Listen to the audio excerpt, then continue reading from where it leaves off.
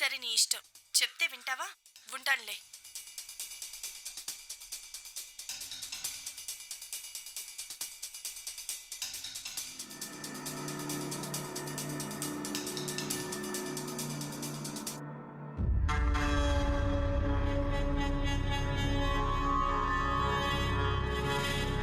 Madam madam, ఎవరు కావాలి madam?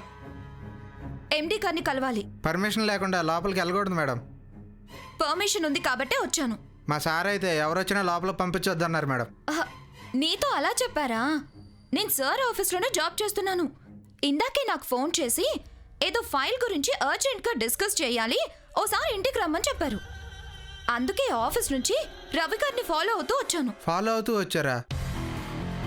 అదే అంటే రవి గారితో కలిసి వచ్చాను అనబోయి ఫాలో అవుతూ వచ్చానని చెప్పాను.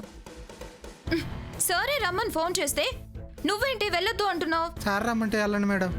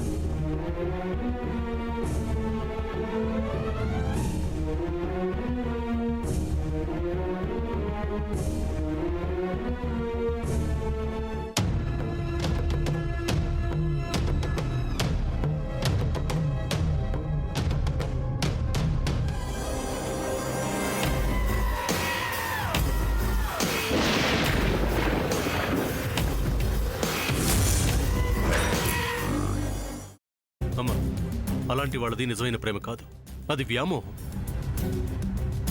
ఎగ్జాక్ట్లీ చిన్నత్త, నిజంగా ప్రేమించుకున్న వాళ్ళు అలా చేయరు.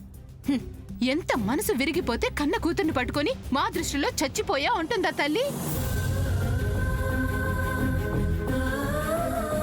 అది సరే అమ్మా, తన కూతురుతో తన ఆ మాట అనేటప్పుడు ఆమె మాటల్లో వ్యథ, కళ్ళల్లో బాధ గమనించావమ్మా? పెద్దబాబుకు బర్త్డే విషెస్ చెప్పు కూడా వెళ్ళాం కదా. ఊరికే ఎలా కాలిపోతుంది? మంట పెడితేనో పడితేనో తగలబడుతుంది.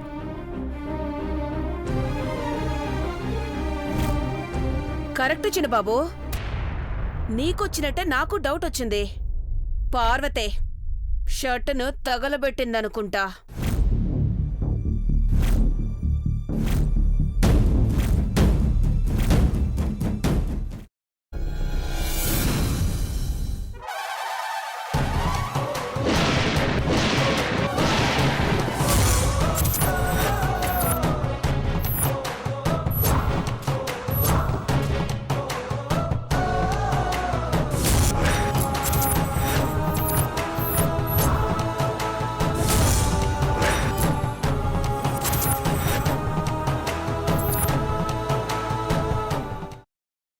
తర్వాత పొట్టు తీసేసి చాప్ చేసి పక్కన పెట్టుకోవాలి. ఒక ప్యాన్లో కొద్దిగా నూనె వేడి చేసి అందులో ఆవాలు, మినప్పప్పు, శనగపప్పు, కరివేపాకు, సన్నగా తరిగి పెట్టుకున్న ఉల్లిపాయలు వేసుకుని 1 నిమిషం పాటు వేయించుకోవాలి. ఆ తర్వాత కాల్చి కట్ చేసి పెట్టుకున్న వంకాయని కూడా అందులో వేసుకుని బాగా మిక్స్ చేసి బౌల్లోకి ట్రాన్స్ఫర్ చేసుకుని అందులో తగినంత చిక్కటి పెరుగు లేదా పల్చటి పెరుగు వేసుకుని మిక్స్ చేసి అన్నంతో కానివ్వండి, చపాతీతో కానివ్వండి సర్వ్ చేసినా చాలా బాగుంటుంది.